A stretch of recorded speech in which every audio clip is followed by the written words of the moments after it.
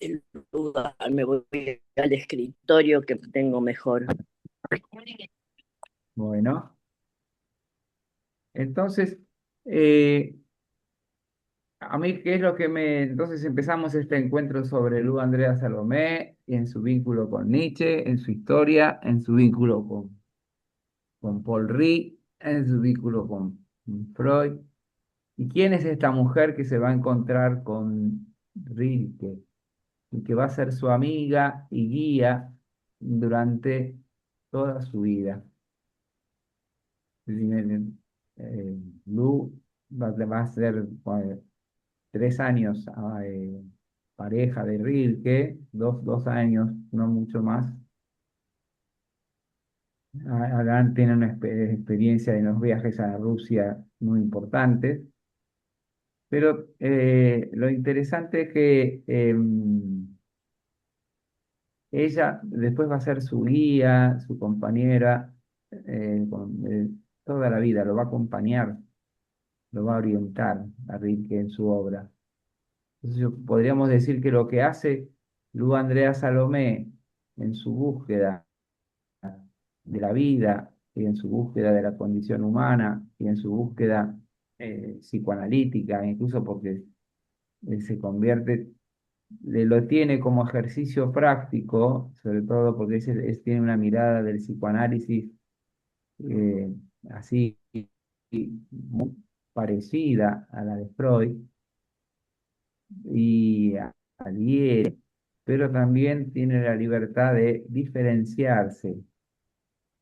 Pero a diferencia de este, a diferencia de todos los discípulos de Freud, como Jung, como Adler, que fueron separándose de él y así tomando sus nuevos rumbos y al separarse, ¿no es cierto?, del maestro, que era el que, digamos, era una especie de patriarca del nuevo descubrimiento del inconsciente y de las posibilidades de sanación del hombre o no en su psiquis, este, y las posibilidades de lidiar con sus impulsos inconscientes.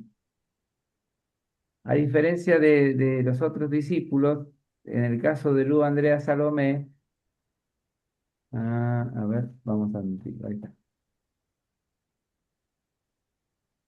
En el caso de Lu Andrea Salomé, a diferencia, eh,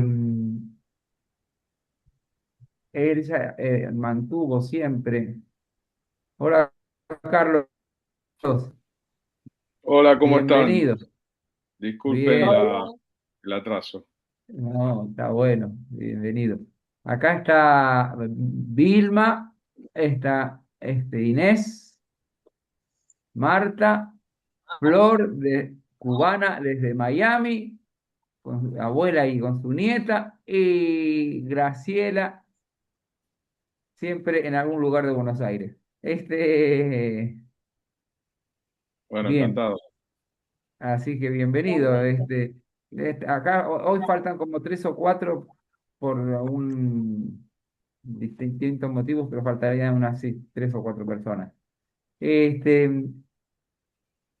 así que eh, ya que estamos así a quemarropa, Carlos, ¿cuál es tu motivación para venir acá? Pa. No, siempre leí así de costado a Rilke, entonces Ajá, siempre está me quedó la bien. intriga de ver de dónde venía toda la historia de él. Y bueno, leer un poco Está más, simplemente eso. Fue un impulso, digamos. está bueno. Escúchame, Carlos, ¿vos sos filósofo o sos... ¿Cuál es Sí, tu...? sí, Ah, soy filósofo. un fenómeno. Entonces yo que con el tema de cuando vayamos adentrándonos en Nietzsche, nos vas a ayudar un poquito mientras. Pero Dale. porque este eh, no, pero yo les decía, ¿no? Hace un ratito eh, que este encuentro es sobre todo un poco biográfico, ¿no? Es decir, es conocer. a Luz Andrea Salomé, conocer un poco su vínculo con Paul Riz, un vínculo con Nietzsche, y conocer también el vínculo de de Lu con Freud, el canino. Eh, pero sobre todo porque en realidad para conocerlo a Rilke se me ocurrió que la puerta de entrada sea, y como el ángulo de mirada, sea un poco mirar también la vida de Rilke, de cómo lo acompañó y lo guió eh, esta mujer que fue 15 años más grande que él, que Rilke, que se encuentran en 1897 eh, y que su relación dura 3 años, pero después dura toda su vida como guía y como acompañante.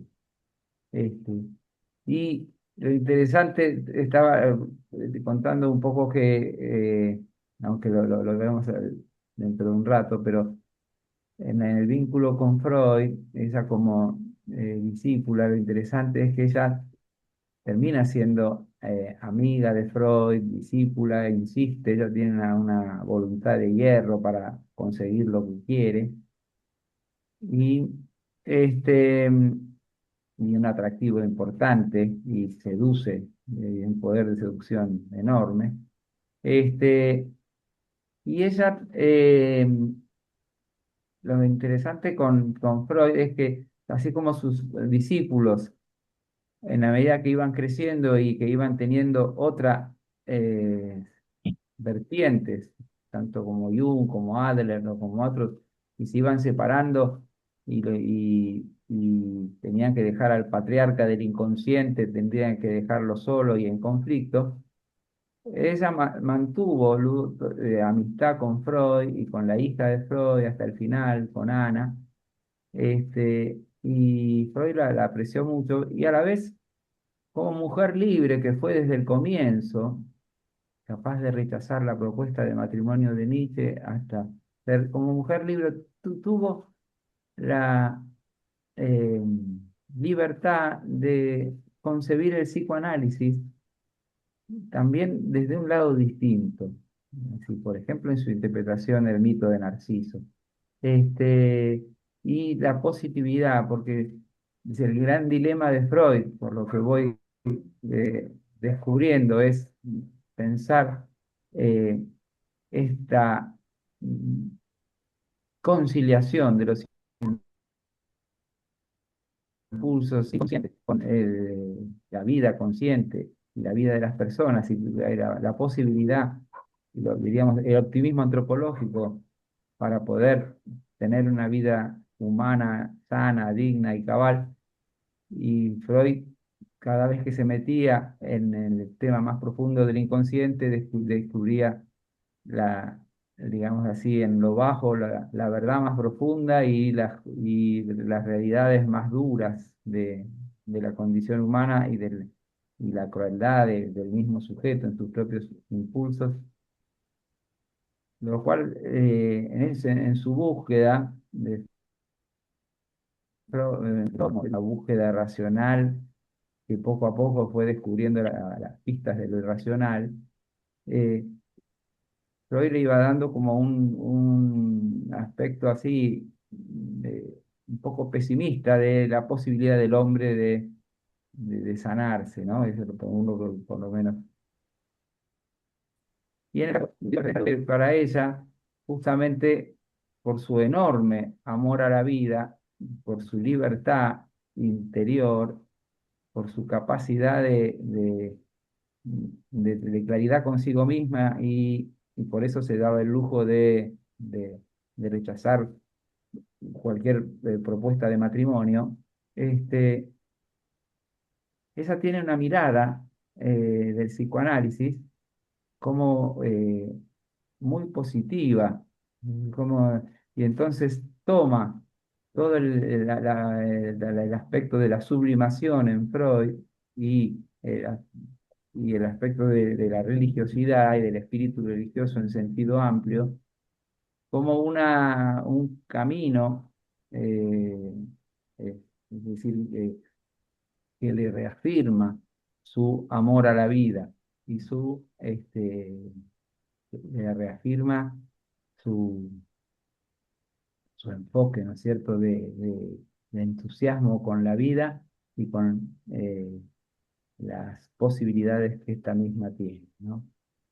Eh, Eso es casi como es empezar por el punto de llegada, ¿no? De hoy, pero a mí me parece que eh, lo bueno de esta mujer es el camino que ella se forja en medio de las convenciones sociales del momento y donde estaba como determinada, ¿no? Y como ella se fue haciendo camino.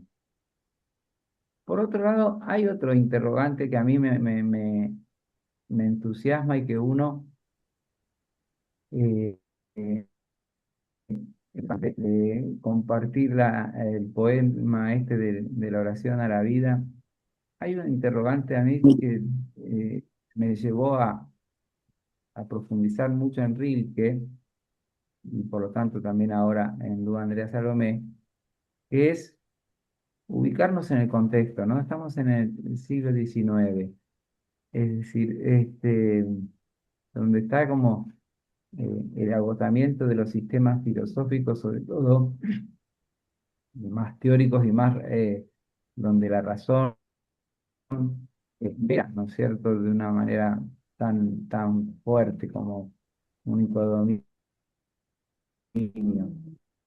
Era el auge de la ciencia en Darwin y su método parece que determina lo único que es real.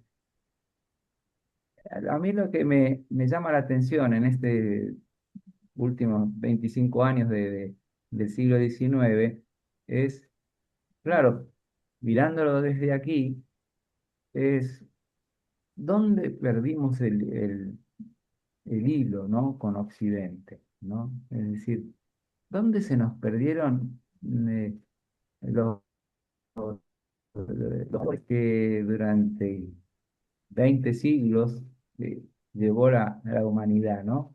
Es decir, fíjense que en esa intervención que tiene Nietzsche cuando dice, ¿quién por el horizonte, ¿no? ¿Quién nos quitó a Dios? ¿No? Es decir, ¿quién? eh, Son cierto que cuando nosotros queremos comprender el hoy de nuestra propia condición humana y nuestro ser en el mundo y ver cómo culturalmente, ¿no es cierto?, a las generaciones que siguen, valores que para los padres y abuelos fueron así, son de una estabilidad y de una verdad y una certeza que les ha acompañado toda su vida. Bueno, vemos que las generaciones que siguen en realidad sienten la angustia, la pregunta o la alegría de vivir casi como si el mundo comenzara a partir de ellos. Y en algún punto, yo creo que a partir de 1875, por ponerle 150 años, hay un corte con la tradición clásica, y hay un corte que es como el hilo de Ariadna que uno quisiera como volver a tejer y enhebrar, ¿no? Y eso para mí es una motivación interesante, porque se, se animan a hacer, en fin del siglo XIX, a hacer con libertad, descubrirse y tratar de reinventarse, ¿no? Entonces, yo digo, y con esto termino y los escucho un cachito, ¿no?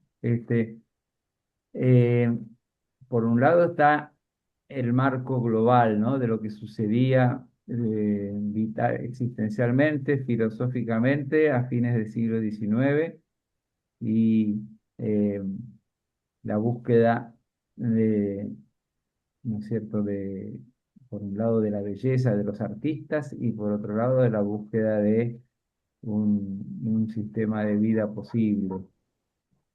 Eh, Les asoma la experiencia de la Gran Guerra, donde la Primera Guerra Mundial es es un acontecimiento fuertísimo por el destrozo humano y personal que significa para millones de personas y porque llegan gente profundamente herida.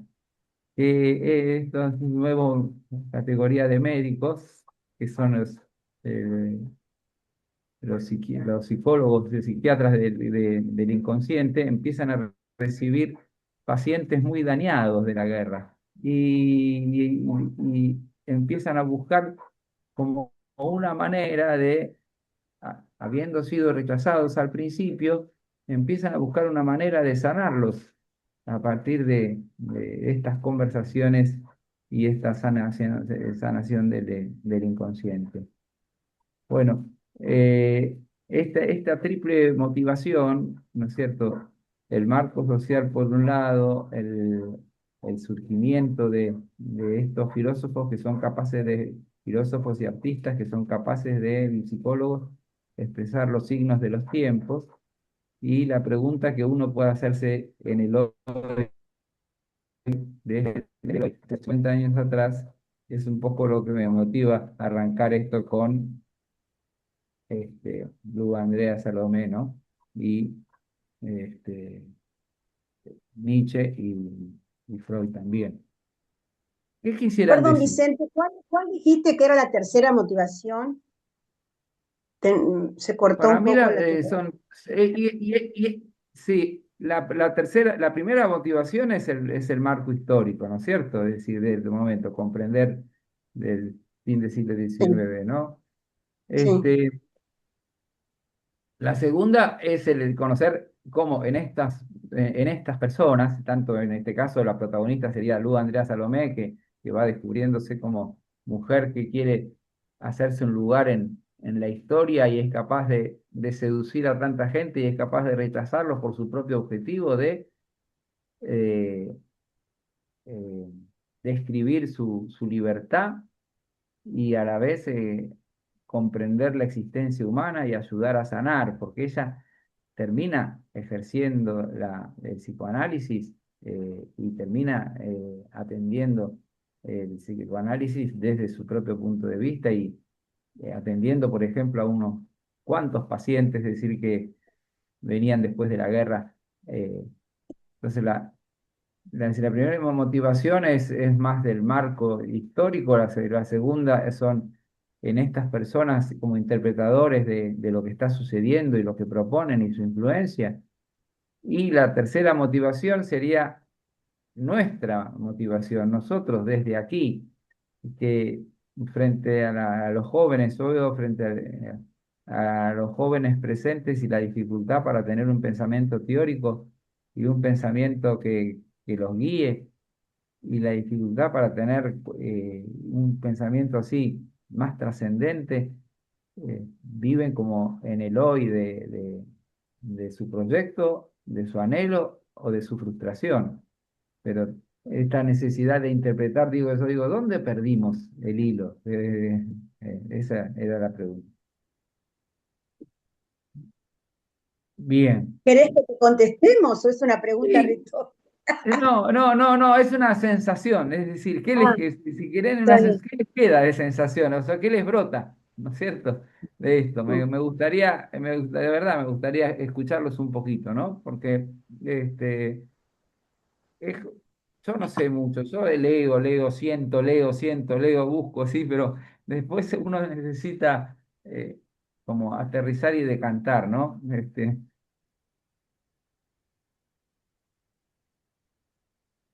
A ver, Inés, decía algo, después, No, yo creo que se perdió con el capitalismo, con el consumismo extremo, que se perdió esto que decís, estos valores que a lo mejor nunca existieron, fueron como excesivamente, qué sé yo, valorizados y en realidad nunca fueron genuinos los valores de lo que llamamos Occidente. Y yo creo que el capitalismo, el capitalismo extremo barrió con todo. ujú, ok. Carlos, Ah, qué pregunta. Este, sí, a mí lo que me da la sensación es que esta gente eh, tuvo frente a una sociedad que, un poco lo que decía Inés, occidental, si querés llamarla así, que era más bien un tipo de burguesía que muy especial de un sector de Occidente.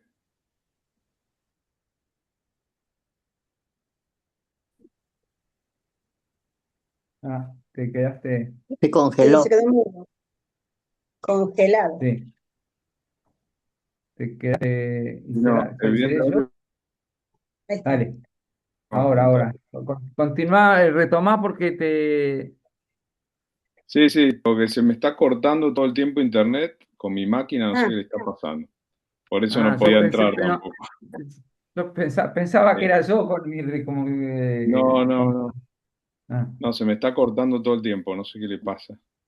Pero bueno, no, estaba diciendo que me parece que esta gente pertenecía a un tipo de occidente o una burguesía minoritaria. totalmente. Uno habla de occidente, pero occidente es muy grande. Pero la clase burguesa esta de Europa, de la Europa del siglo XIX, de repente algunos de esa clase vieron que ese tipo de sociedad les era insuficiente, no les permitía expresar montones de cosas. Estamos hablando de la burguesía, no sé, victoriana de finales del siglo XIX, es algo muy especial.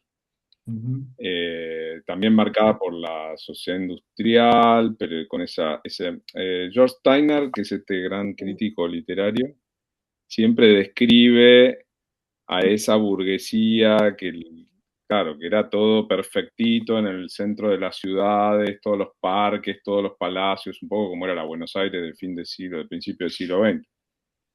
Pero esa era una minoría y bueno, dentro de ese tipo de microcultura, esta gente que tenía gran educación y gran formación clásica en el fondo, porque habían estudiado todo, todos los clásicos, todo, no soportaron ese encorsetamiento, me parece, y ahí descubrieron una cosa profundísima, pero al mismo tiempo medio como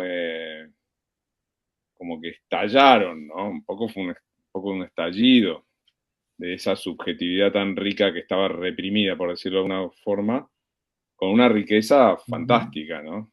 Y eso trajo toda esta poesía, todo este pensamiento tan ujú, increíble.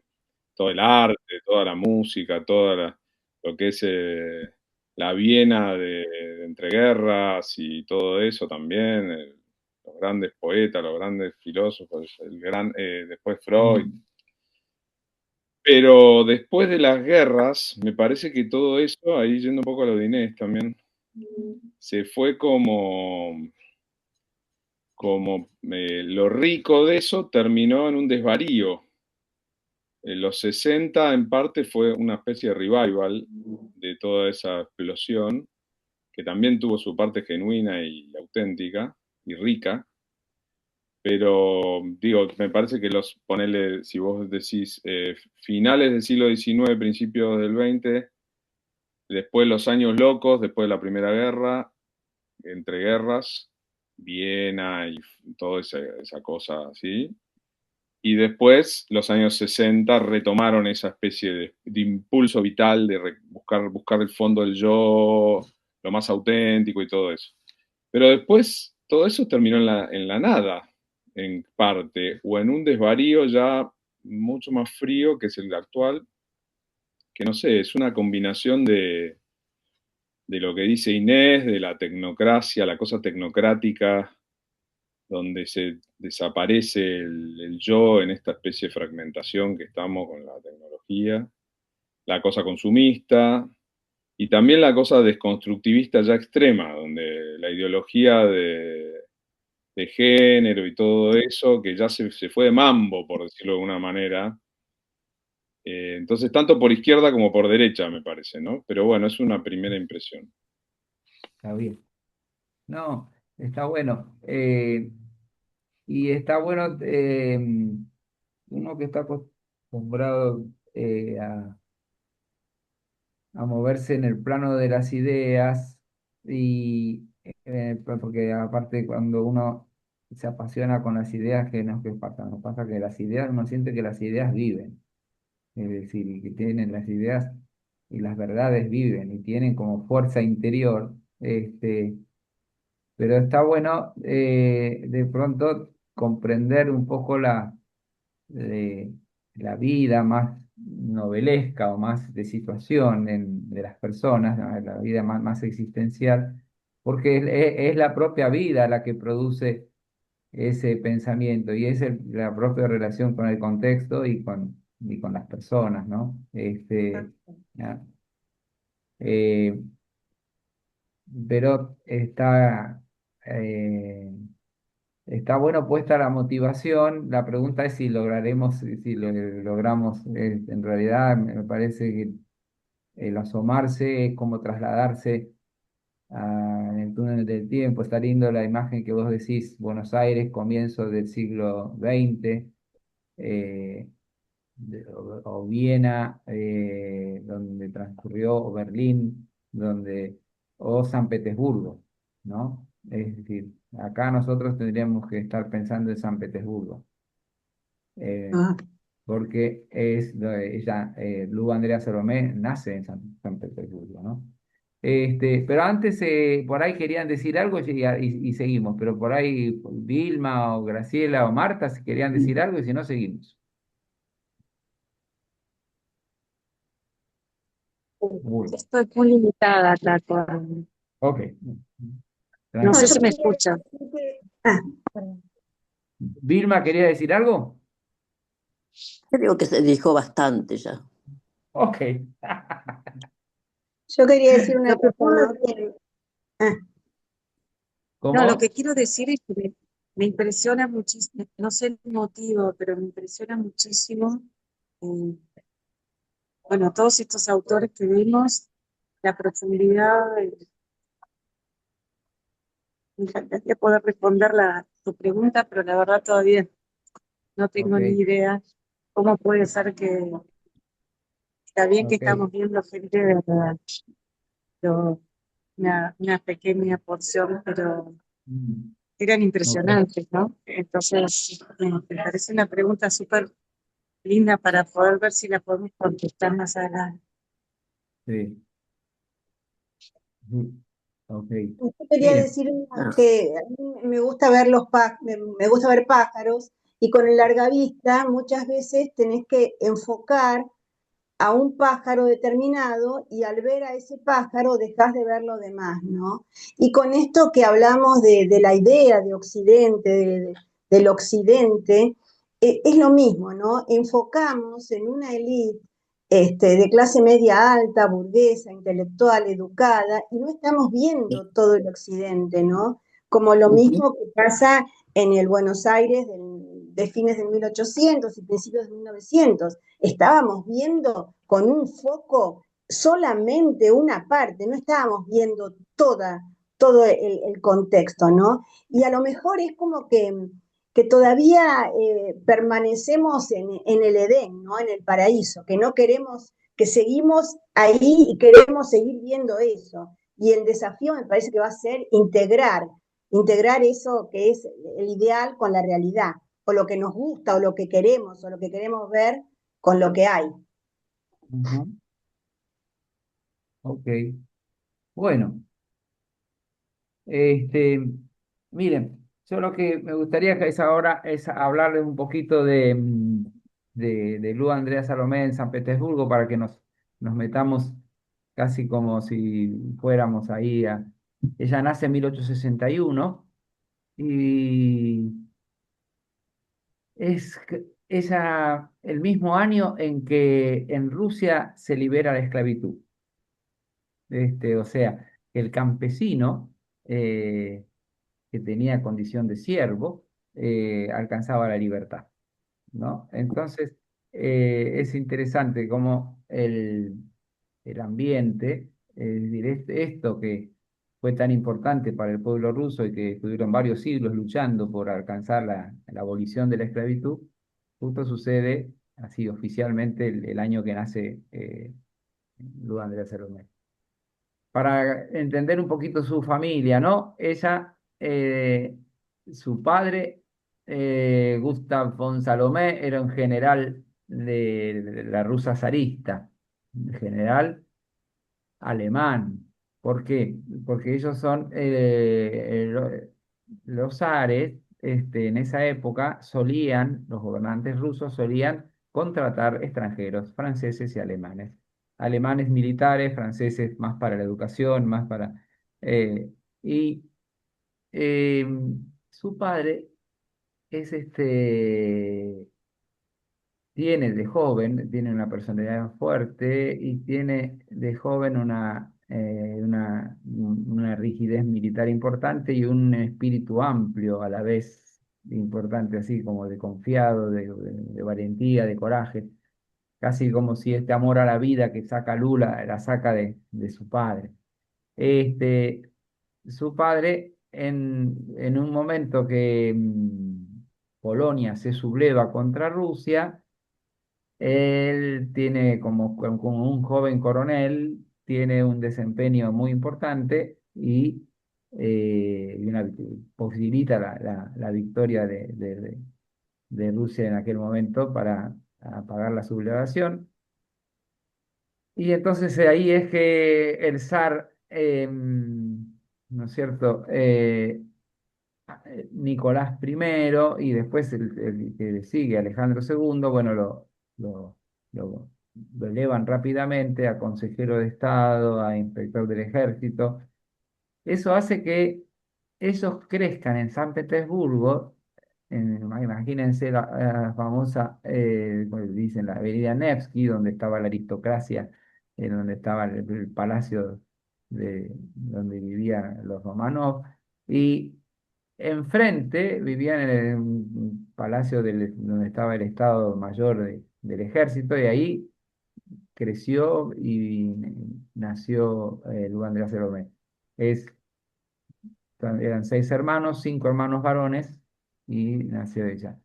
Este, Siempre va a tener así una relación de mucho cariño con su propio padre, un cariño así como incondicional, y su madre, que era 19 años más chica que su esposo. este, Fue una gran administradora y una gran veladora de la vida de Lu, y fue como la que la acompañó siempre y la contradijo siempre, porque ella justamente defendía los valores tradicionales de la sociedad en ese momento, ¿no? Es decir, las cosas, la religión había que respetarla, la estructura de la sociedad había que respetarla, pero en ese ambiente de San Petersburgo, de los últimos 50 años del siglo XIX, había un fuertísimo ambiente revolucionario. Es decir, ellos crecieron eh, en una especie de desasosiego y de enojo del pueblo contra la contra el gobierno imperante. Y eso de Lulo lo sintió de chica, aunque no le podía poner palabras, ¿no? Pero lo vivió. Y así es que por ejemplo, los representantes como Yejov eran los defensores de del campesino sencillo, ruso, los defensores de esa sabiduría ancestral, los defensores de la fuerza del hombre ruso en contra de los extranjeros. Y lo que le va a suceder a Lugo es que ella poco a poco, aunque se irá dando cuenta eh, a lo largo de su vida, poco a poco ella valora profundamente esa pertenencia a Rusia y a la Rusia, a la profunda, ¿no? Con su tradición. ¿Qué es lo que le gustaba? Esta especie ser primitivos de los rusos con su sinceridad, con su crueldad, con su alegría, con su capacidad de, así, la sencillez del hombre de pueblo que estaba en contra de los convencionalismos de la sociedad que ocultaba sus sentimientos y mentía. Eh, Me hace acordar mucho ¿vieron la novela esta, El idiota de Dostoyevsky? ¿No es cierto? Donde Sí, describe con tanta, ahí, bueno, yo no leí mucho Dostoyevsky, pero esa novela la disfruté un montón, ¿no?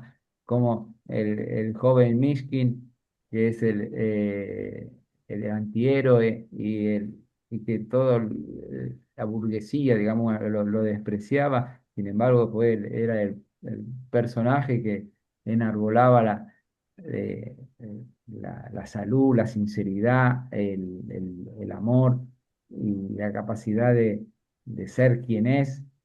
Bueno, todos esos convencionalismos, Lugo Andrea Salomé los rechazaba, ¿no? Es decir, tanto que ella, mientras fue creciendo en su propia vida, este, bueno, eh, nunca se propuso eh,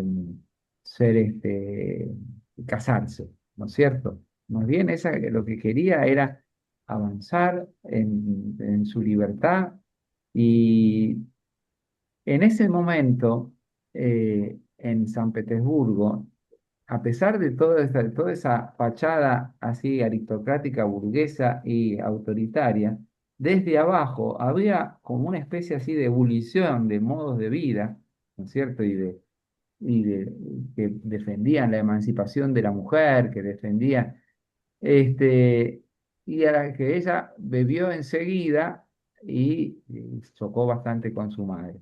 Pero antes de cosas, les leo un poquito de su vivencia con Dios, porque eso la va a marcar, ¿no?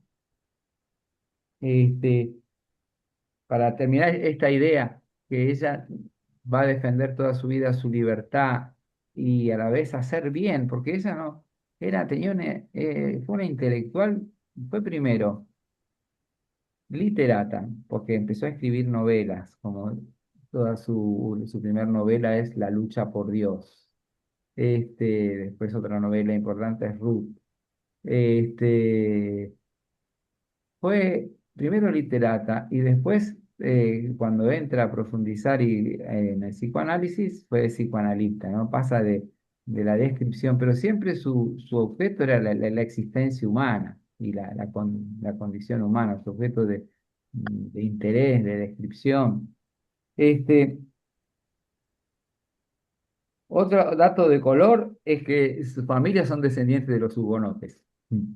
Es decir, los hugonotes los Salomé, que tuvieron que huir de Francia, primero se fue fueron la a noche de San Rusia, a Bartolomé, Prusia. ¿Eh? de la ¿Cómo? noche de San Bartolomé, ¿te acordás? Claro, exacto. Entonces, esos huyen de Francia, se instalan en Prusia, al servicio del rey de Prusia, y después de Prusia, a principios del siglo XIX, pasan a San Petersburgo, ¿no? Como general, como coronel primero, como militar y cosas, y después como general del zar. Este, Ahora, cuando en su infancia dice, los libros que yo estoy siguiendo uno es Lu Andrea Salomé, es una vida de H.F. Peters, que la escribió en el año 40, o sea que es bastante cerca de su muerte, así que es una biografía linda y a la vez escrita a la antigua, en el sentido que piensen que Lu Andrea Salomé vivió muchos años. Eh, Nace en 1861 y 1937. Así que el otro, el otro libro que yo estoy siguiendo es este Lu Andrea Salomé, mirada retrospectiva. Es buenísima porque es su misma, ella va contando casi como por sucesos, ¿no? Ella va contando su infancia, va contando su experiencia de Dios, va contando su experiencia de Rilke, tiene un capítulo sobre Nietzsche, tiene un capítulo sobre este, mm, Freud, es decir, va haciendo un testimonio, ella ya, yo creo que lo escribió como a los 60 años, hace un panorama de toda su vida. Pero lo que les quería compartir ahora es esto de su fe en Dios, ¿no? Dice acá en este libro, la figura más significativa, pensando imagínense una Lu Andrea Salomé, niña, pequeña, ¿eh? La figura más significativa de aquel mundo de fantasías infantiles era Dios. Puesto que había nacido en una familia muy piadosa, no es de extrañar que la idea de Dios penetrara muy pronto en su pensamiento y la preocupara intensamente. Era un Dios muy particular, que se parecía mucho a su padre. Y como su padre era cariñoso y comprensivo y escuchaba todas las historias que ella le contaba todas las noches, hablaba con él en su habitación en la oscuridad y le contaba sus cuentos, ¿no? Es decir, desde chica, tenía una relación muy cercana con Dios y en la oración, que con la misma fidelidad e incondicionalidad que tenía en el vínculo con su padre. Este, pero la pérdida de la fe cuando era niña fue como un acontecimiento que la hirió y la marcó para siempre. No, la pérdida de la fe fue el primer gran dolor que la afligió. Y lo cuenta así, ¿no? Uno de los criados de la granja, que habitualmente llevaba huevos mm, a su casa, le dijo que un día había visto dos viejecitos delante de la casita de verano que pertenecía a Luz. Ellos les pidieron que les dejase entrar, pero él se negó. No era la clase de gente para entrar. Luz se quedó preocupada y al día siguiente preguntó qué había pasado con ellos. El criado le dijo que habían adelgazado hasta que una mañana, y habían adelgazado tanto, hasta que una mañana solo se encontraron los botones negros del blanco vestido de la mujer y el abollado sombrero del viejo, y que el suelo se hallaba cubierto de lágrimas heladas. Aquí sucede la interpretación literal de la pequeña que dice, claro, estas dos personas murieron. Este, Luz se intranquilizó con la situación y le pidió una respuesta a Dios, que no llegaba. El silencio de Dios era espantoso. Lloró pensando a Dios enojado con deseos de castigarla, hasta que un día pensó, ¿no será que Dios no existía y por eso no contestaba? Ante sus ojos apareció un mundo sin Dios y ya no pudo seguir contándole historias. Aquella noche Luz perdió la fe en Dios, en su presencia personal y se sintió desesperada. Le quedó una herida que ya nunca se cerraría. Durante toda su vida trató de volver a hallar al Dios de su niñez. Entonces acá con su primer libro, cuando contaba con poco más de 20 años, que es En la lucha por Dios, cuando ya había cumplido los 70, le dijo a Freud que el problema de la fe seguía ocupando su mente. En la historia es la que tiene, ¿no? Es decir, que en realidad no eran seres reales, pero para ella fueron reales.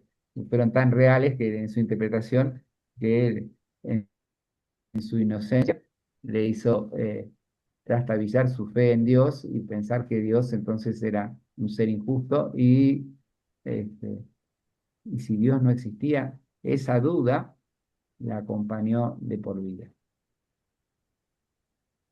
¿Cuántos años tenía ella? ¿Qué edad tenía en esa época? Y Cuando pierde la para mí, fe. para mí tendría 6, 7 años, es decir, 8 Ah, tan años. chiquita. Ah, tan Ya, 8 chiquita. años. Ah, sí, sí, Ah, tendría 8 años. 8, 9, sí, no, no mucho más de 8 o 9 años, sí. Este, vamos a compartir la oración de la vida.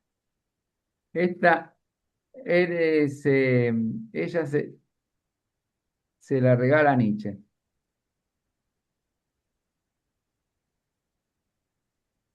Sin duda, un amigo ama a su amigo, como yo te amo a ti, vida llena de enigmas. Lo mismo,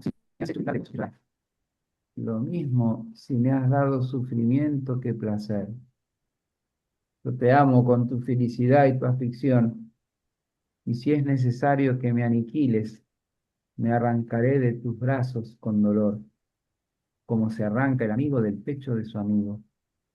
Con todas mis fuerzas te abrazo. Deja que encienda mi espíritu. Perdón.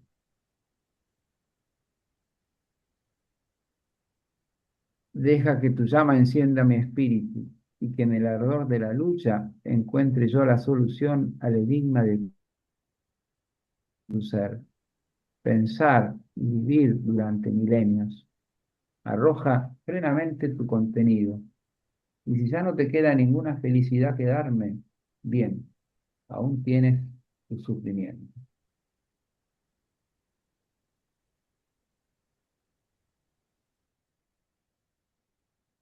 ¿Qué Uf, pasa aquí? ¿Qué pasa?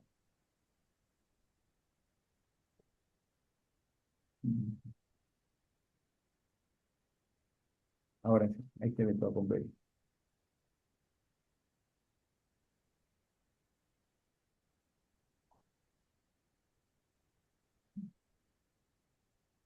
¿Qué verso quisieran rescatar?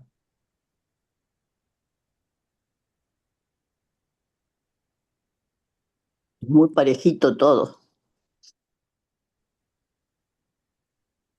Mm.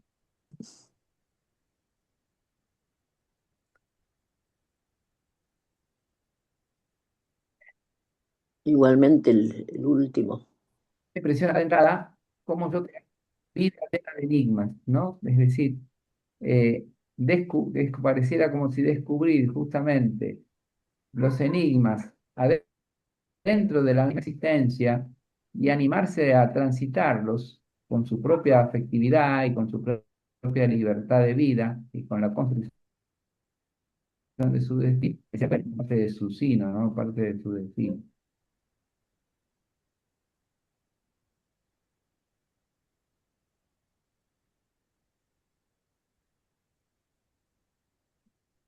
¿Quién más? El Los últimos último. dos versos son Sí, impresionantes. el último es muy fuerte. Ajá. Si ya no te queda ninguna felicidad para quedarte, y aún tienes que suponer. Qué valiente, ¿no? Ujú. Mm. Sí.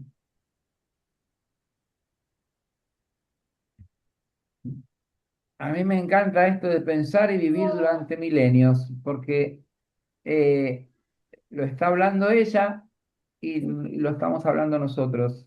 Es decir, nos, esa especie de universalidad, ¿no? O atemporalidad que tiene esta poesía, ¿no? Como diciendo, para cada época. Es decir, es esto, ¿no? A cada uno Yo de te los amo con momentos tu de felicidad y tu historia, aflicción. Eso pero me encantó. es la... ¿Cuál? Yo te amo con tu felicidad y tu Repite. aflicción. Ok. Muy fuerte. ¿Lo hice? Sí. Es parejito todo. Ujú.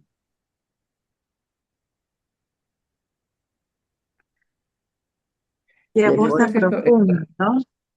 mm, en el ardor de la lucha encuentre yo la solución al enigma de tu ser.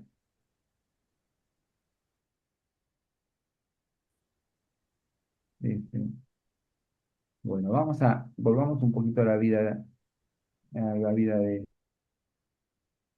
pero ya, la escribió En en, 1882, dice. en 1882, exactamente. Se la regaló a Nietzsche. Ujú. En el momento que estaba y Nietzsche que era, que habitualmente estaba en contra de todo sentimentalismo y que era así la fuerza de la razón, que él mismo no quería verse envuelto en el sentimentalismo. Sin embargo, el amor, es decir, que le sacudió Lu, lo, lo hizo recibir con mucha positividad este poema. Tanto es así que Nietzsche, que era músico, le puso música y Ah, Ah, pasó mira. a ser eh, alemán, le puso música y mm. Qué dúo durante ese un también, tiempo, claro, pero durante un tiempo pasó como si fuera una letra de Nietzsche, ¿no es de cierto? Es Nietzsche. decir, porque Claro. Claro. claro, como si él se lo hubiera apropiado. Este, pero volvamos un poquito con su vida, un poquito, y fíjense esto, ¿no? Eh,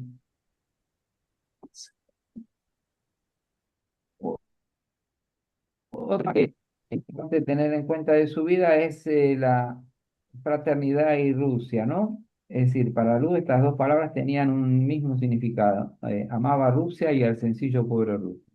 Un poco lo habíamos, que a diferencia del Occidente, era primitivo, infantil, no había perdido el sentido de la humanidad, de la hermandad con toda la creación, todavía no se hallaba desconectado del ritmo general de la vida, todavía no se recataba de su humildad, su frialdad, eh, y bueno, Lu amaba las iglesias ortodoxas, amaba, o sea, con su cúpula dorada, y este, esa especie de silencio que encontraba en la sabiduría del campesino ruso, la veía en la propia llanura. Eh, un tema importante es su tema con Dios, que él ya rechazó la confirmación. Y la Mm, rechazó y eso le fue un problema, porque y bueno, la rechazó porque al pastor que le quería enseñar las pruebas de la existencia de Dios, eso le pareció un disparate. Entonces, eh, decidió no confirmarse. Bueno, en ese momento decidir no confirmarse era casi como irse de la casa. Es decir, como esa pertenece a la iglesia reformada, protestante. Acuérdense que sus ancestros eran hugonotes, ¿no? Es decir, en su casa es decir, eran muy rígidos, muy protestantes y todo, pero en su casa había criados maometanos, criados ortodoxos, criados tártaros que de todas las partes de Rusia. Bueno, aprendió una universalidad vital en medio de la inmensa cantidad de servidumbre que tuvo. Pero otro personaje importante en su vida es el pastor entonces Guillot, que fue un hombre holandés que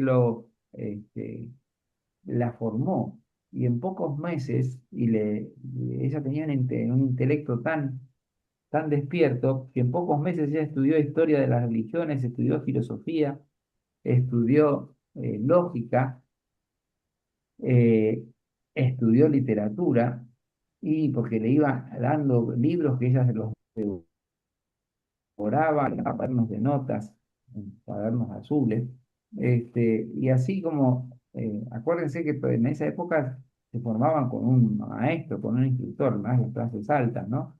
Este, Guillot era un hombre que, más bien, un pastor racionalista, ¿no? Entonces que no defendía la fe ciega, no defendía la aceptación de los dogmas así, sin pensar, y más bien, buscaba como un cierto humanismo, no sé, en todo. Bueno, esta preparación, lo que le Vicente, pasó perdón, con Guido es que, Vicente, sí, vos dale. dijiste que era de la iglesia reformada, pero en Rusia. Yo creía que era ortodoxa. No, no, no, no. Esa de la Iglesia Reformada Protestante. De la Iglesia, este, ahora, este, mm, una, eh, una cosa importante es ella, ¿no? Que una constante en su vida es, ella tenía tal atractivo y tal energía y tal que los hombres se enamoraban de él. Empezó este pastor, se enamoró de ella, tanto que era un hombre casado y le ofreció matrimonio. Y es el primer rechazo a quien nace de un hombre y se separa. A partir de ahí es que la convence a su madre, que estaba eh, asustadísima con este tema del pastor enamorado de ella, y acepta la propuesta que tiene ella de irse a la universidad a estudiar afuera. Y ella entonces se va a Rusia, se va con su mamá, y se va de Rusia a Zúrich, y empieza a estudiar historia de las religiones, filosofía, historia del arte en Zúrich. Este,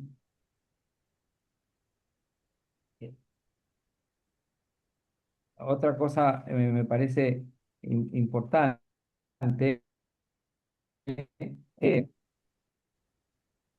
de- bueno, hablando de esto de eh, el- lo que le atraía de Guillot era su entendimiento, su espontaneidad, y fue el primero en pensar que Lu caía. Y en realidad, Lu veía a los hombres y ella, primero ella dice, bueno, no se sentiría madura para el matrimonio, pero después no iba a meterse no iba a dañar la imagen del pastor tan importante ahí en San Petersburgo. Pero también ella siempre se propuso de decir, en realidad hay que buscar la belleza, la verdad y la profundidad de la vida. ¿Y por qué no podemos buscarlo con seriedad en un diálogo intelectual? ¿Y por qué esa necesidad de casarse?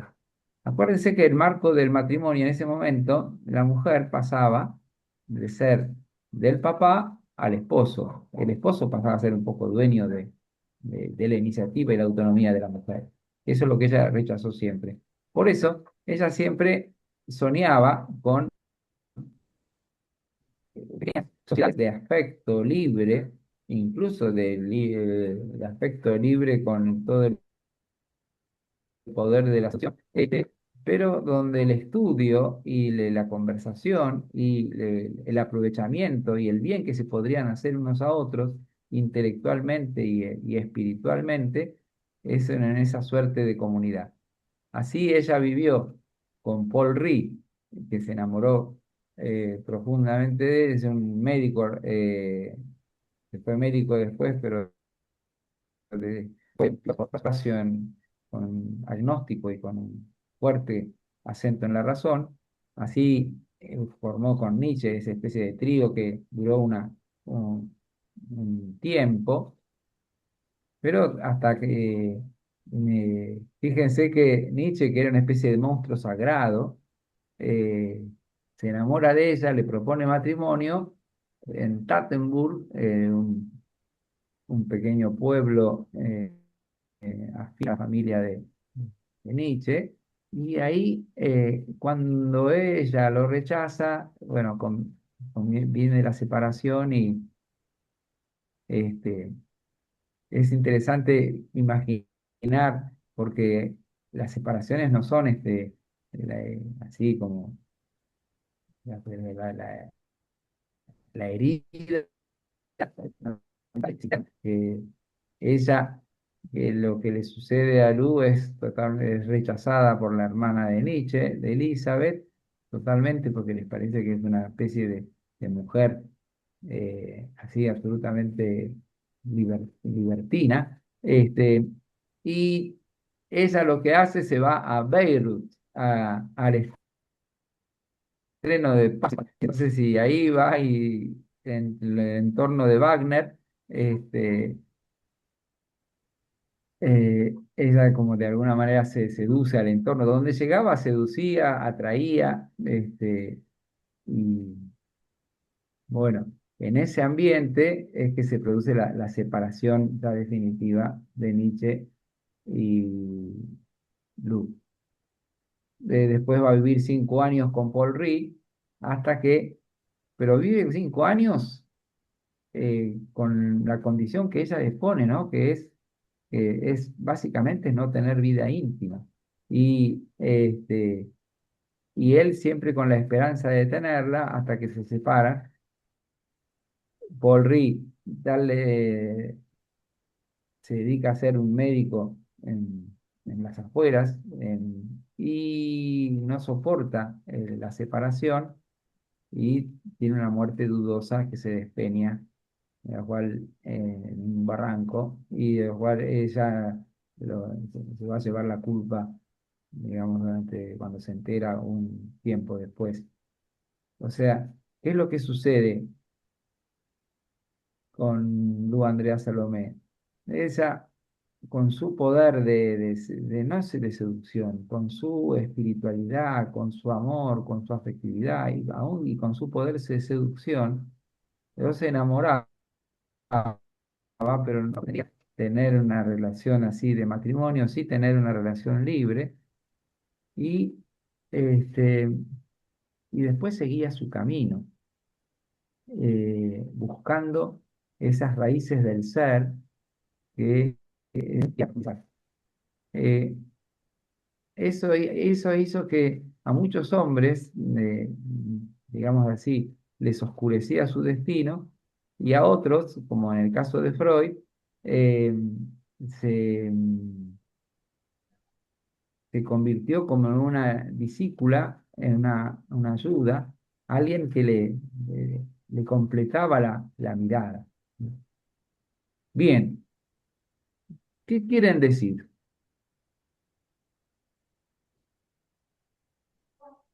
Carlos, decí algo, así paro de hablar. No, no, todo muy interesante. La verdad que son figuras realmente increíbles, ¿no?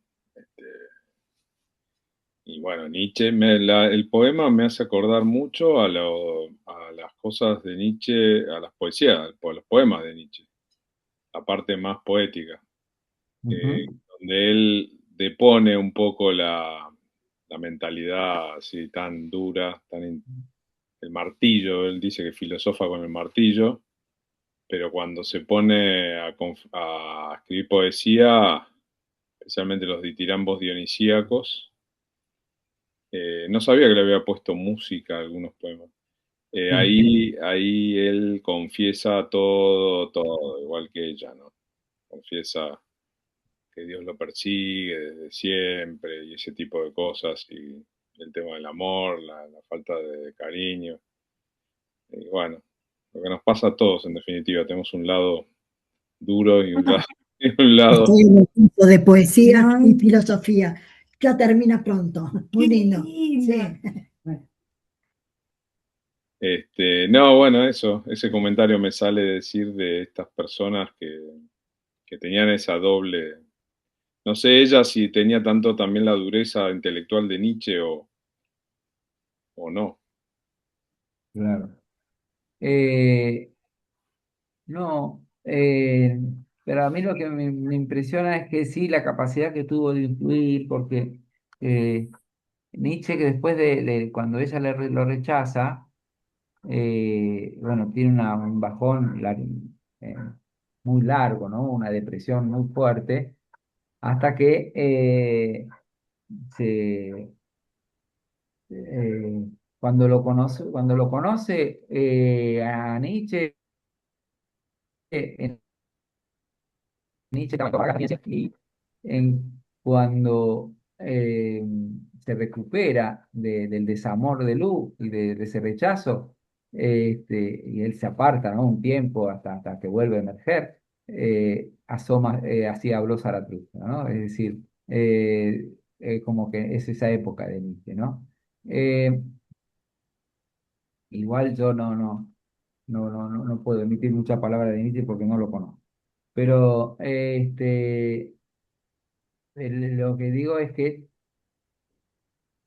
esa especie de decepción del hombre, de Nietzsche,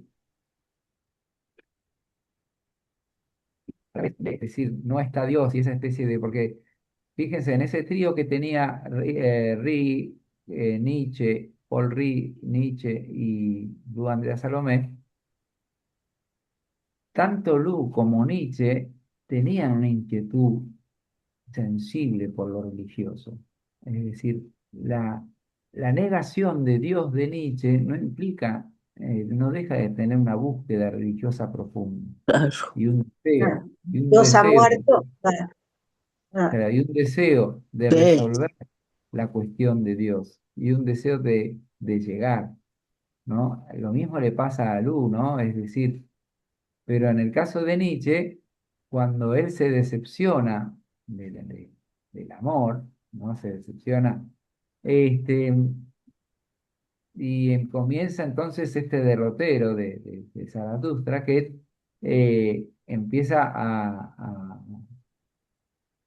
a describir este hombre que tiene que inventarse a sí mismo y que el ser viene con la imagen esta del eterno Del retorno y Señor. que tiene que ser súper poderoso, ¿no? Es decir, capaz de dominar al resto con su propia imagen porque ya no tiene dónde ampararse, dónde apoyarse, es decir, solo cuenta consigo mismo. En Esto eso lo sí, escribió, esto lo escribió Vicente después que ella lo deja. sí, sí, sí, Ah, sí. Eh, Dios ha Entonces, muerto. igualmente tiene la necesidad de crear ese Dios, me parece. Y lo más. es claro, Como que lo pero necesita. esta especie pero este Y, y desprendimiento de se Nietzsche desgasta, claro.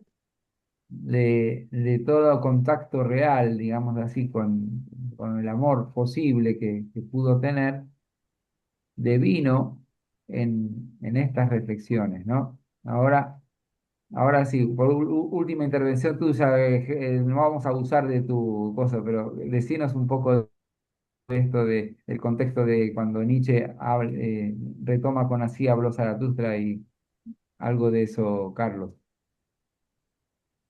Eh, Justo hace poco tuve que ver una clase de Nietzsche y tampoco soy especialista en Nietzsche, pero, pero sí, realmente es.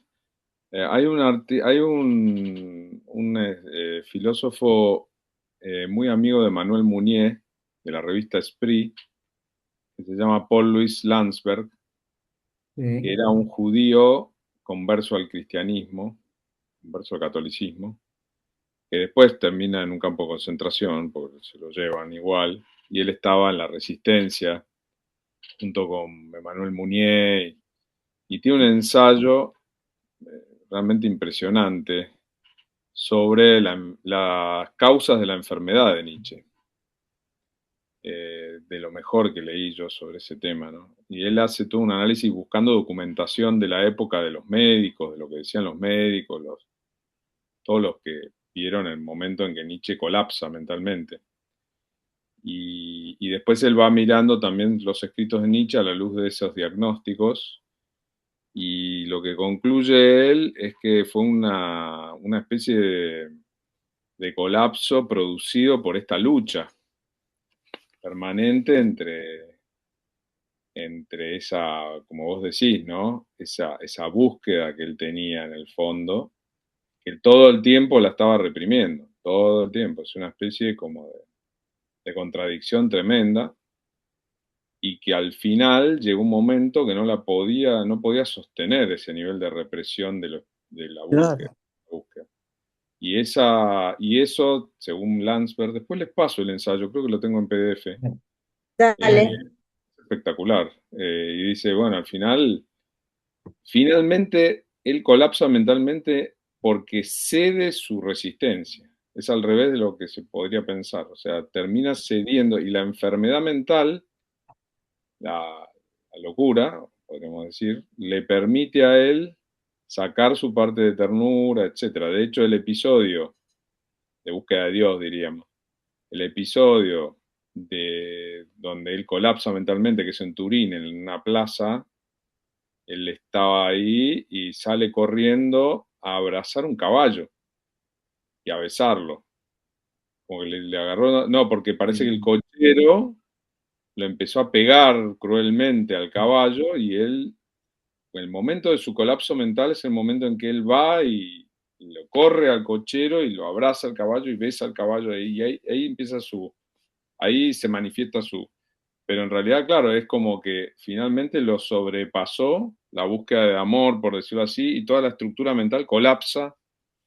De hecho, tiene un colapso cerebral y termina. Ahí él también, Landsberg, analiza la relación entre lo somático y lo psíquico y lo espiritual. Es buenísimo el ensayo. Claro, un hombre que realmente buscaba en el fondo, ¿no? Eso. Claro. Yo no sabía del vínculo con Lu, pero no, claro, es interesante ver ese aspecto, ¿no? Lo que puede Está producir. buena la película. Está buena Ah, la no la película vi, que ¿no? mandó ¿La mandó Vicente. Está Vicente? buena. Ah, Pinta mira, muy no la bien vi. la época. Sí, está buena. No la pude ver Hay todavía. dos películas. Una es que está buena, pero que confunde un poco, que es el día que Nietzsche lloró, ¿no? Ah, Ah, sí. sí. Yo leí Yo el leí el libro. libro. Yo Leí el también lo leí. libro. Yo también.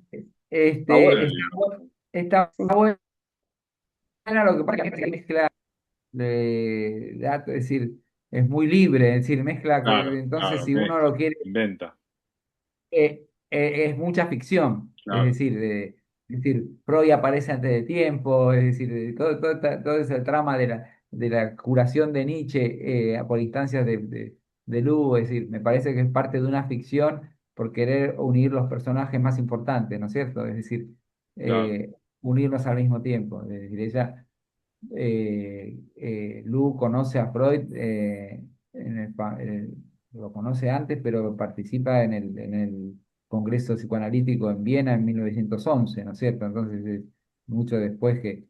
Pero es interesante, lo que sí es más, me parece que es más fiel a la línea histórica, es la última película, la que les mandé, porque es así, que es eh, Lu mayor que va tomando recuerdos y ahí aparece hasta el mismo Guillot, aparecen Sí. los distintos personajes importantes de su vida. Eh, Te quería preguntar una cosa de la película. Ahí se ve como un abuso de Guillot o una violación, no se ve bien. ¿Eso fue verdad? no, eso está en la duda, no, no, no, porque aparte yo creo que ahí es como hay ojos son los ojos del abuso que tenemos actual, no nosotros, ¿no? Es decir, me parece que hay una situación de enamoramiento, sí, que hay una Sí. situación, una propuesta de matrimonio de él, sí, que, y que hay un rechazo, pero si realmente tuvieron así vida íntima, está en la duda, ¿no? Porque en realidad ella termina siempre muy agradecido, ahí cuando, fíjense lo que pasa, cuando ella quiere ir a estudiar a Zurich, no puede irse de Rusia porque no está confirmada.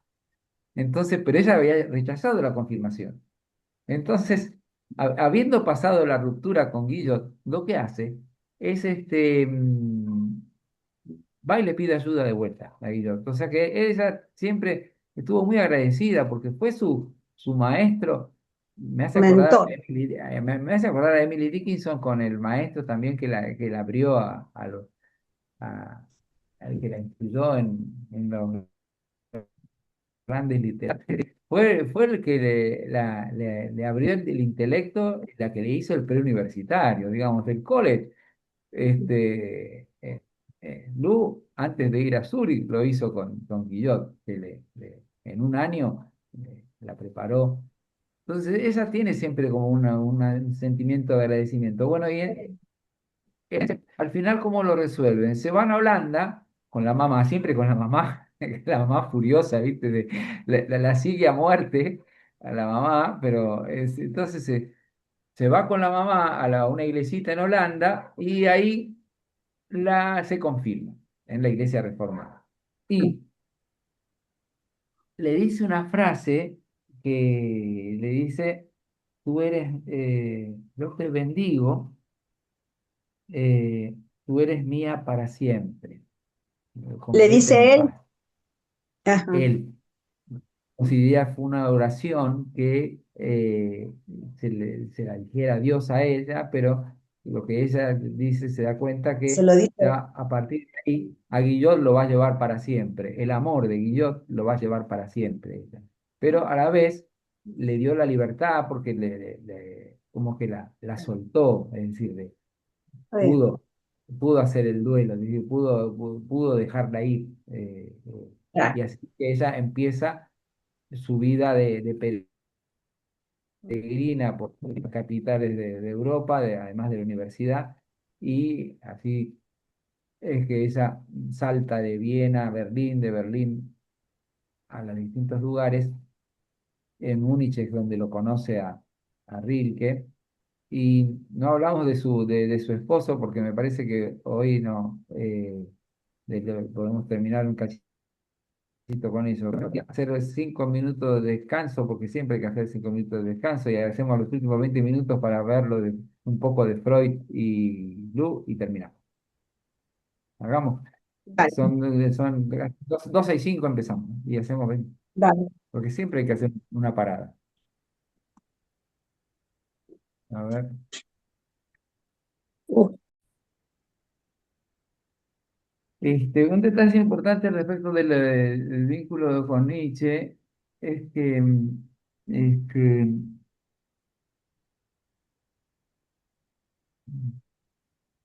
eh, Nietzsche, que tenía toda la ilusión que Luz se convirtiera en su esposa, a pesar del rechazo de su hermana, que tenía una influencia enorme en Nietzsche, en un momento él decide proponerle matrimonio y se pelea con su hermana. Y cuando es rechazado, no lo puede creer. Como diciendo, él entregó todo y cuando es rechazado, de ahí es que su desilusión y su quiebre, ¿cierto? Este, y otra cosa es que Lugo escribe un ensayo sobre Nietzsche, y un ensayo que es muy, muy reconocido, sobre todo que describe eh, esta pasión de Nietzsche y esta necesidad de amor de Nietzsche. eh, un ensayo que su hermana, por supuesto, lo borra del archivo y del legado de Nietzsche, ¿no es cierto? En el sentido que conoce la imagen de Nietzsche de Luz, ¿no? Pero tiene... antes de meterme, me parece, de meterme con Lu y Freud, antes un poco de conocer a Freud,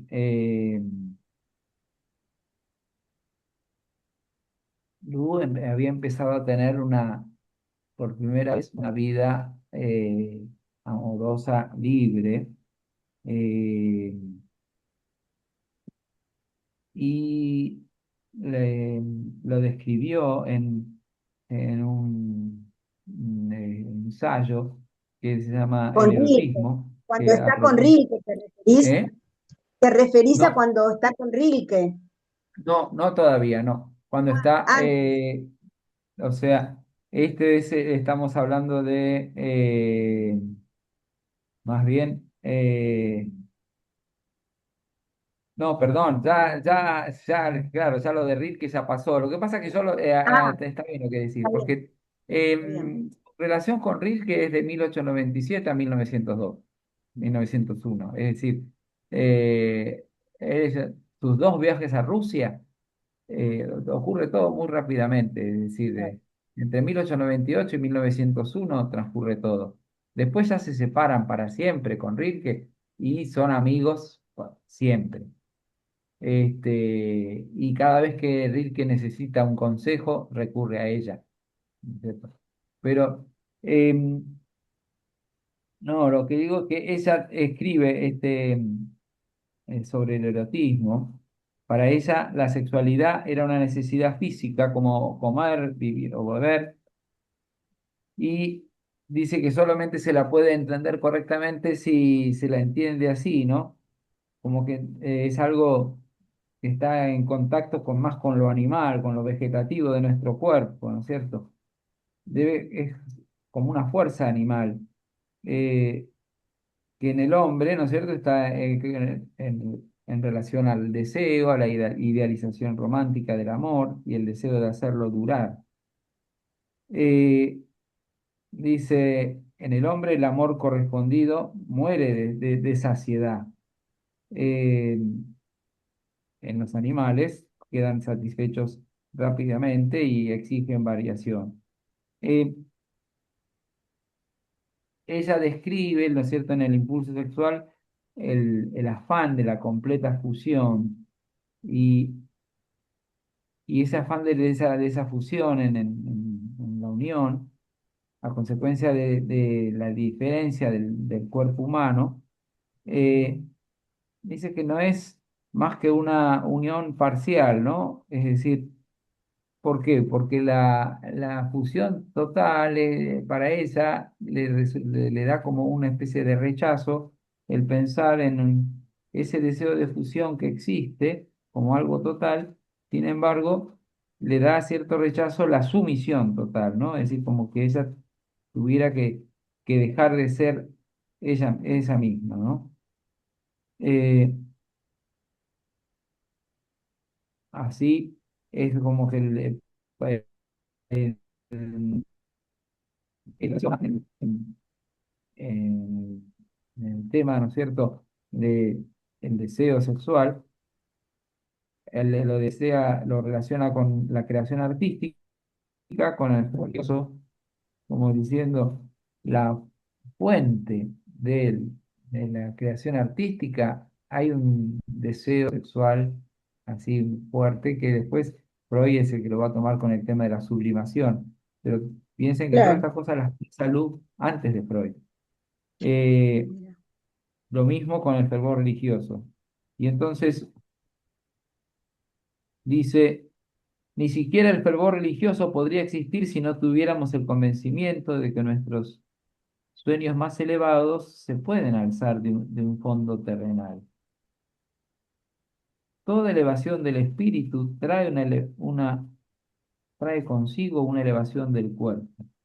Cuanto más fervoroso sea un amor espiritual, más fuerte será el afán de alcanzar la unión física.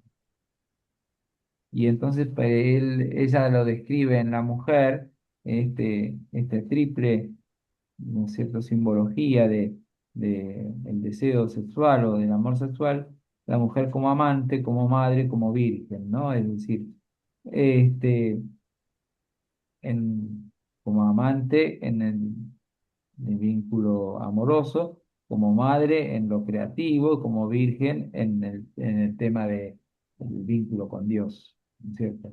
Este, y una cosa que decía acá, cuando estaba enamorada no tenía ningún miramiento, no le importaba que el hombre no fuera libre, este,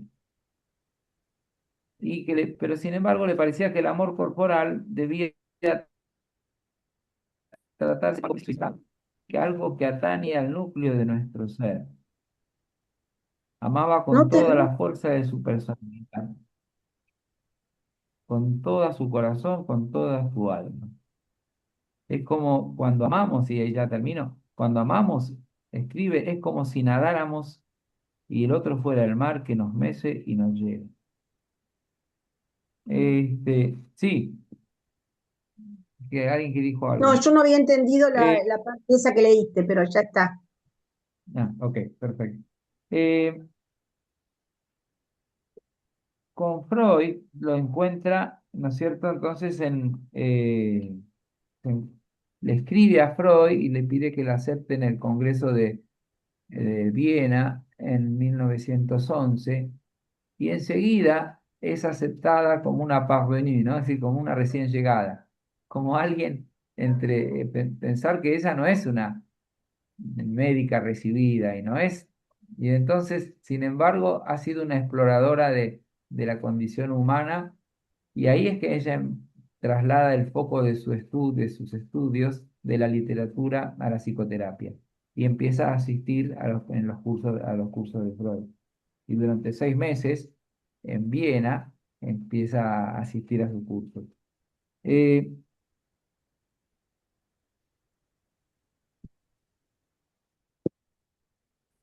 Otra interesante es el tema de su distinta eh, interpretación del narcisismo, ¿no? Porque para ella era uno de los dos sentimientos contradictorios que se manifiestan durante el acto de amor, ¿cierto? Que es eh, el afán de entregarse a sí mismo. eh, y entonces acá le dice, su contribución más importante al psicoanálisis consistió en demostrar la importancia de este fenómeno. En el narcisismo existe siempre una parte de amor a sí mismo y una parte de entrega de sí mismo. A mí, cuando leía, solo leí esto, que descubrí este tema del narcisismo y de la parte no es puramente egocéntrica del narcisismo, la aprendí estudiando de los artistas y de los poetas. Que en esa mirada que tiene Narciso del espejo y que se enamora de sí mismo, se cae y se muere, esa mirada así casi endógena, es decir, que se cierra en sí mismo, eh, acá ellos interpretan, y Lu es una de las que interpreta, como que en esta mirada de amor es una mirada de amor y de fusión con la naturaleza y con el todo, y que lo hace a través de la belleza, y es una manera de sublimación y de entregarse a esa belleza, ¿no? Entonces dice, no es solamente un acto de amor egocéntrico a sí mismo. A mí me parece interesante por este rescate que hace del narcisismo, con lo cual en Freud más bien tiene un carácter negativo. ¿Qué comentario Es, tienen respecto de eso? claro, ella le dice narcisismo positivo. Exacto. Por eso une este tema del egocentrismo con el altruismo. Eh,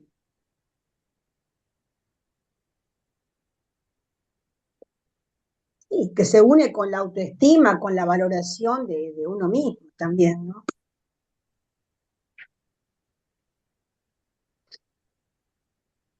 sí,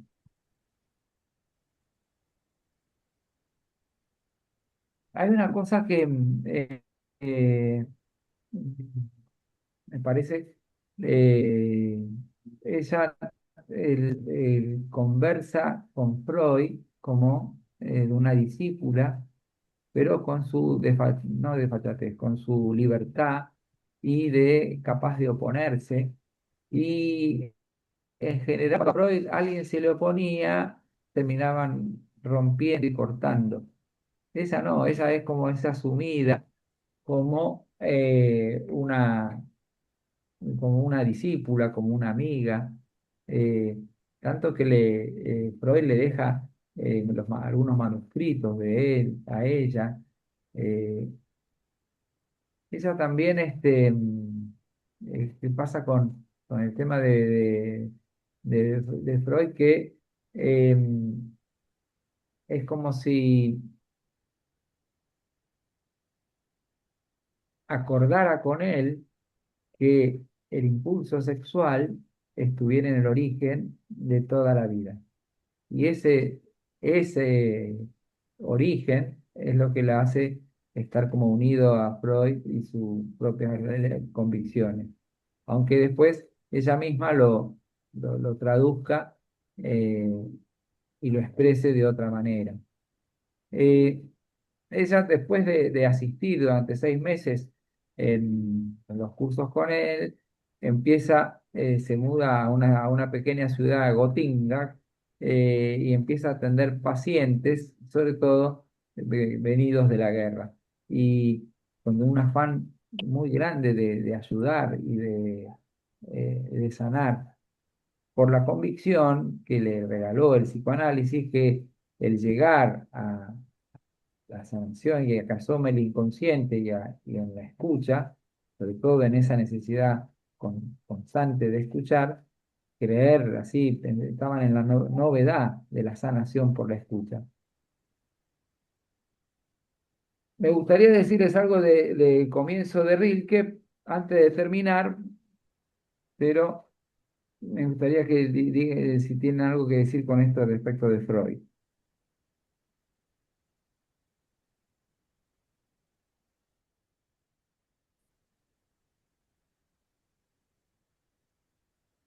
Carlos. No, me dejaste pensando todas las cosas, lo que comentaban también recién Inés. Ahí también la personalidad de Freud, que parece media opuesta a la de toda esta gente, ¿no? En algún aspecto, como un personaje mucho más científico, o con aspiración científica, y que después fue como descubriendo, porque él quería hacer un estudio neurológico del origen de las neurosis.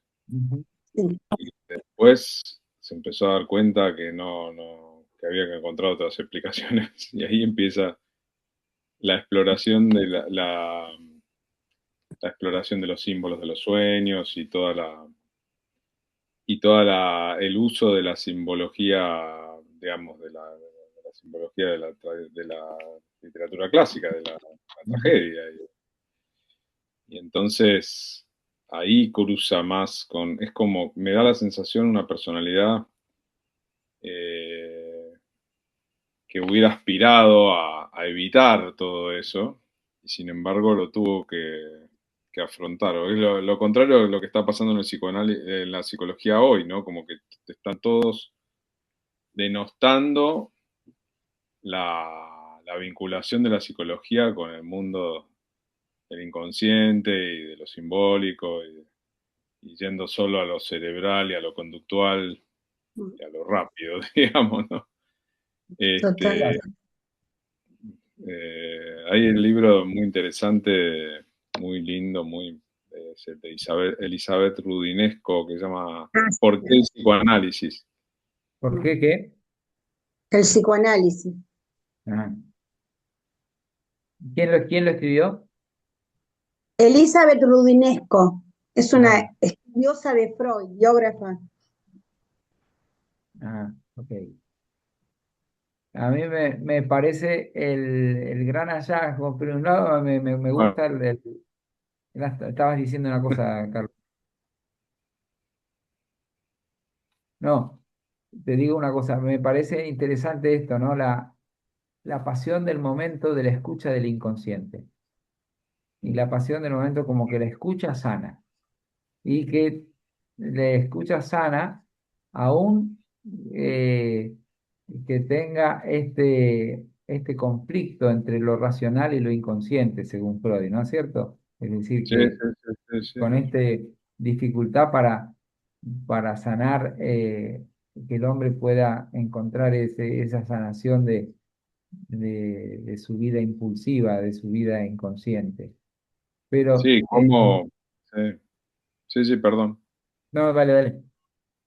No, Sí, estaba un poco ese que es de vuelta, un poco así como en Nietzsche, encontrás esa especie de conflicto entre lo intelectual o la postura intelectual de él y lo que él realmente siente en el fondo. su afectividad. Acá claro, acá aparece también esa aspiración a reducir la explicación o la sanación de lo impulsivo, de la pulsión o del deseo, solo por medio de una técnica, se ve superada. Y cómo descubrió, ¿no? Sí, cómo descubrió la escucha del inconsciente y cómo, sí, y la importancia del vínculo, ¿no? Del vínculo del vínculo terapéutico, Transferencia, de la transferencia. de la transferencia, sí, sí. Tal cual. Y eso, la verdad que no, ahí, por otro lado, claro, todo su racionalismo en Freud le diría pensar, bueno, es todo sublimación, en el fondo hay un fondo puramente pulsional de todo lo simbólico y de todo lo elevado, de lo artístico, incluso de lo religioso ni hablar. Pero bueno, cuando él hace sus observaciones y su escucha, bueno, evidentemente también está descubriendo algo que tiene potencia en sí, que no es solo una derivación de lo puramente material, me parece, ¿no? No sé, ahí la relación, cómo juega afectivamente de parte de Freud a nivel personal, ¿no? Y seguro que Sí. le habrá encantado, si les encantaba a todos. Se Seguro que encantaba estaba todo, ¿no? encantado. Yo creo que Era, estaba encantado porque era una mujer muy seductora y aparte claro, porque también ella era como justo lo que él estudiaba, una mujer, una chica que deja de creer en Dios, que lo claro, identificaba a Dios con su padre, que su padre muere cuando ella es chica, que el mentor de ella le propone casamiento, no se sabe si la abusa o no. Ella era como justamente su paciente, ¿entendés? Lo que él modelo estudiaba, perfecto, él analizaba con esa pulsión, claro, era justo lo que le venía bien, y encima mona y seductora, estaría chocho. claro, claro. Fíjense una cosa, ¿no? En 1931, Lu escribe un ensayo, Mi agradecimiento a Freud, con motivo de los 75 años de cumpleaños de Freud. Y trata de exponer su doctrina, ¿no? Es como un homenaje público, pero también encierra como alguna crítica, ¿no? Eh, Insiste en la libre expresión de la opinión propia, está dispuesta a dejarse llevar, pero exige es decir, atada a su correa, pero exige que la correa sea larga, ¿no? Y, y ella, en el concepto freudiano del arte, tres puntos que Luz se niega a aceptar. Por un lado, la exagerada importancia que da al sueño, que naturalmente en el artista revista una singular plasticidad, pero que sin embargo no da la clave del problema del arte, porque en la mayoría de los casos se explica por sí mismo, ¿no? Es decir, como diciendo, si queremos explicar el sueño por el arte, eh, casi lo hacemos de un modo reductivista, ¿viste? Cuando uno dice, ah, esto es por esto, que es un poco lo que nos pasa eh, en este tiempo, ¿no? Que El enseguida, arte por el sueño sería, ¿no? El sueño. Claro, claro, claro, ¿Cómo? claro, pero que de alguna manera, frente a lo cifrado del sueño, el arte sería como una expresión así eh, muy segura, ¿no? Casi, y ella dice, no, este, el arte es más que querer revelar lo que sucede en el sueño o lo que sucede en el inconsciente. El arte trasciende, ¿no? Eh, claro, el- como que el arte es más que la sublimación del deseo sexual inconsciente. Es como que, Exactamente. claro, sí, Uno no le convence la idea que lo Yo no artístico lo pueda entiendo. derivar de una idea de represión, más bien procede de una consumación de la fuerza, de una claro, realización involuntaria, de algo que todavía no es personal, o sea que de alguna manera es más intuitivo. El arte viene de una oscuridad, pero es una oscuridad positiva. Por eso digo, claro, tiene una antropología más positiva, ¿no? claro. Pero Eh, intuitiva, dice. ¿Cómo? Pero intuitiva. Pero intuitiva, claro. Y por último, se muestra en desacuerdo con la excesiva valoración del momento social en función de la obra de arte, ¿no? Eh, Dice, Un creador es el que solo actúa movido por el gozo o el ímpetu de la obra, aunque por lo demás se siente influido por su semejante, ¿no? Eh, y eh,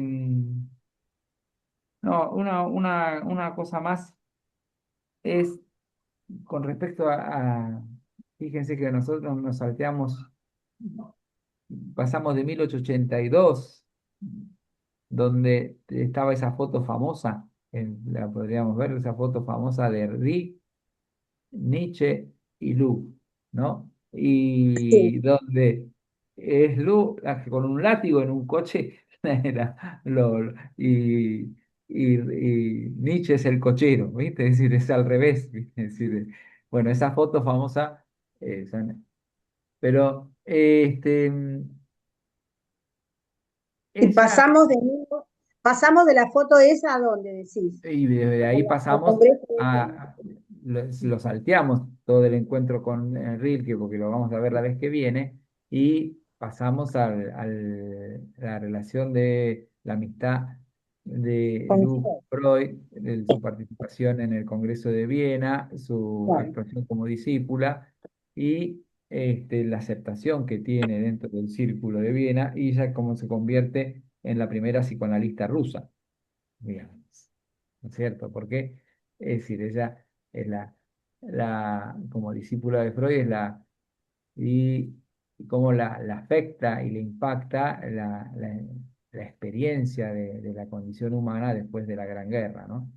Ahora, en el medio, Lu, que ya es una mujer, que piensen que nació en 1861, y estamos hablando ahora de 1897, una mujer de 36 años.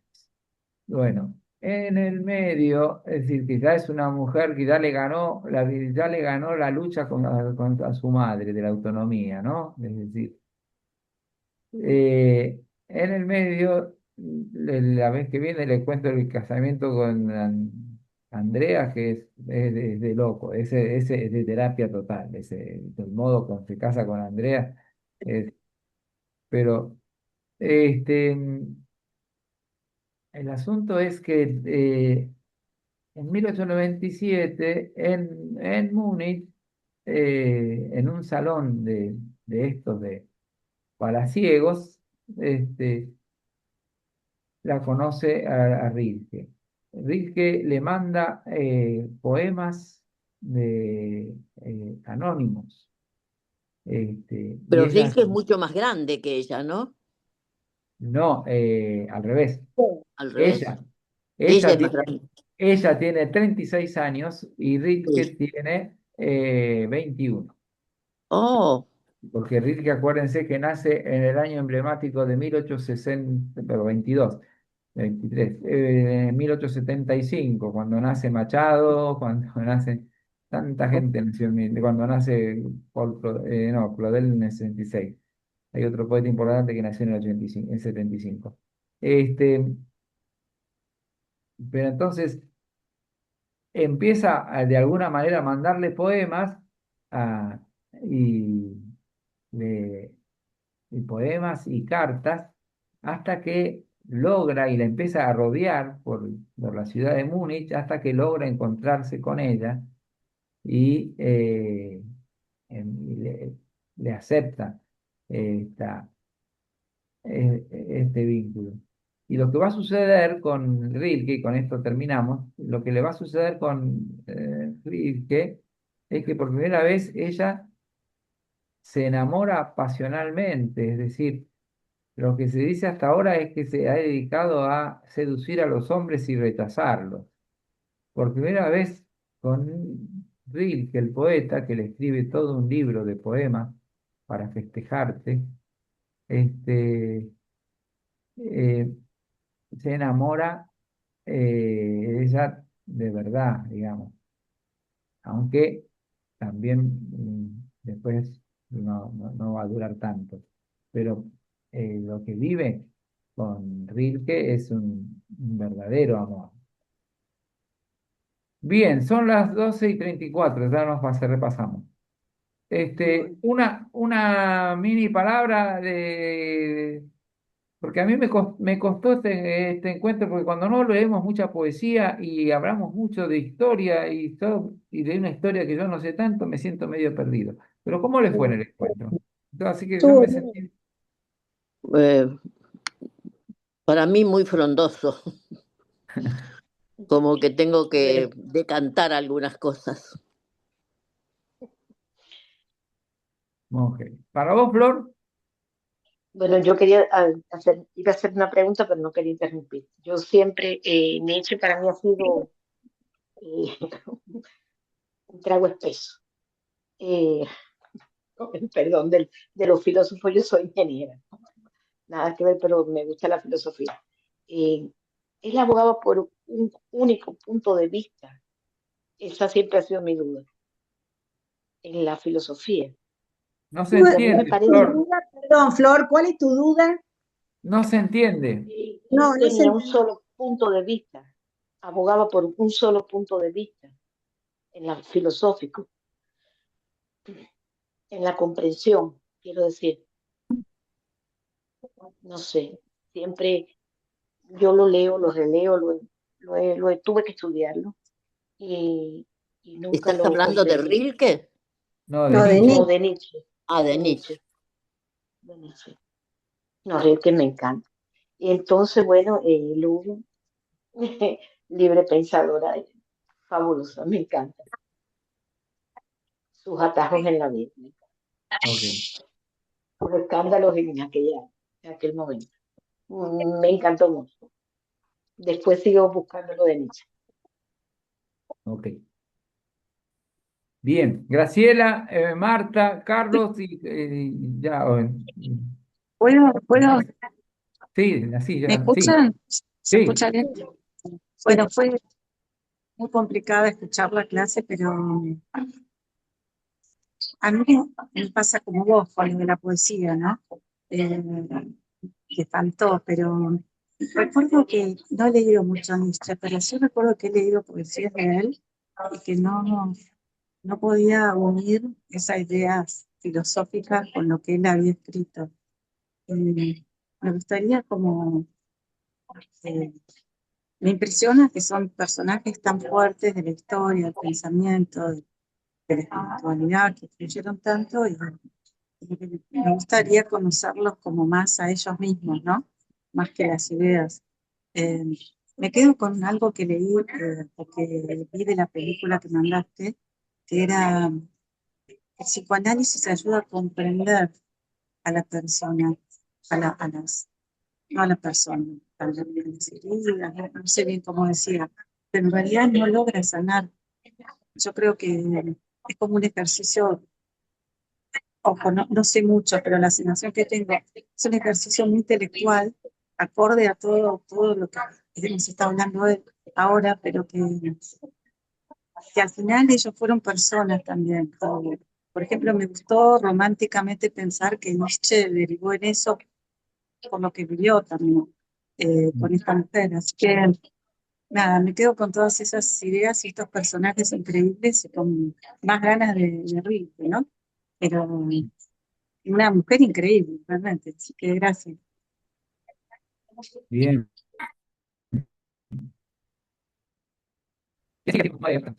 ¿Quieres decir algo? Sí, Bueno, quiero decirte que realmente la vida de Salomé es fascinante, ¿no? Y en cuanto a Nietzsche, a mí no me gusta, es un personaje que realmente no lo quiero para nada, pero reconozco y te agradezco que he aprendido mucho de él, porque ni siquiera he querido leer nada de él, ¿viste? Así que te agradezco mucho, una clase maravillosa como siempre, y bueno, eso nada más, eso, gracias. Gracias por el aprendizaje. bueno, Carlos y Inés y nos vamos. No, No, muy yo no, interesante. La verdad no conocía no conozco cómo se va enhebrando Lu ahí entre todas estas grandes figuras y cómo va explicando muchas cosas, ¿no? Que uno a veces mira solo la parte de las ideas y no de estos vínculos.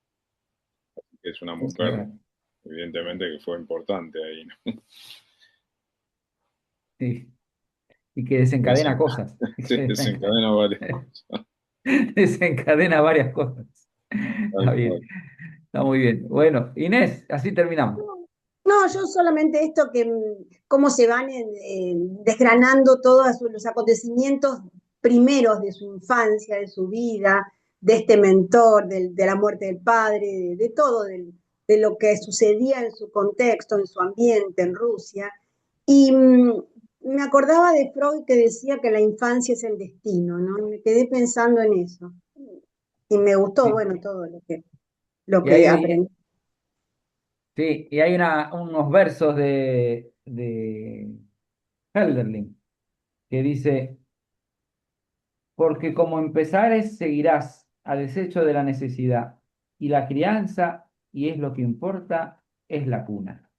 Como diciendo, lo que sucede Sí. en tu cuna es lo que te Es marca por toda la vida.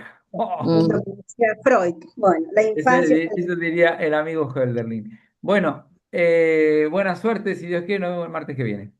Bueno, chao. Chao, Uf, gracias. Chao, chao, Gracias. chao. Chao a todos.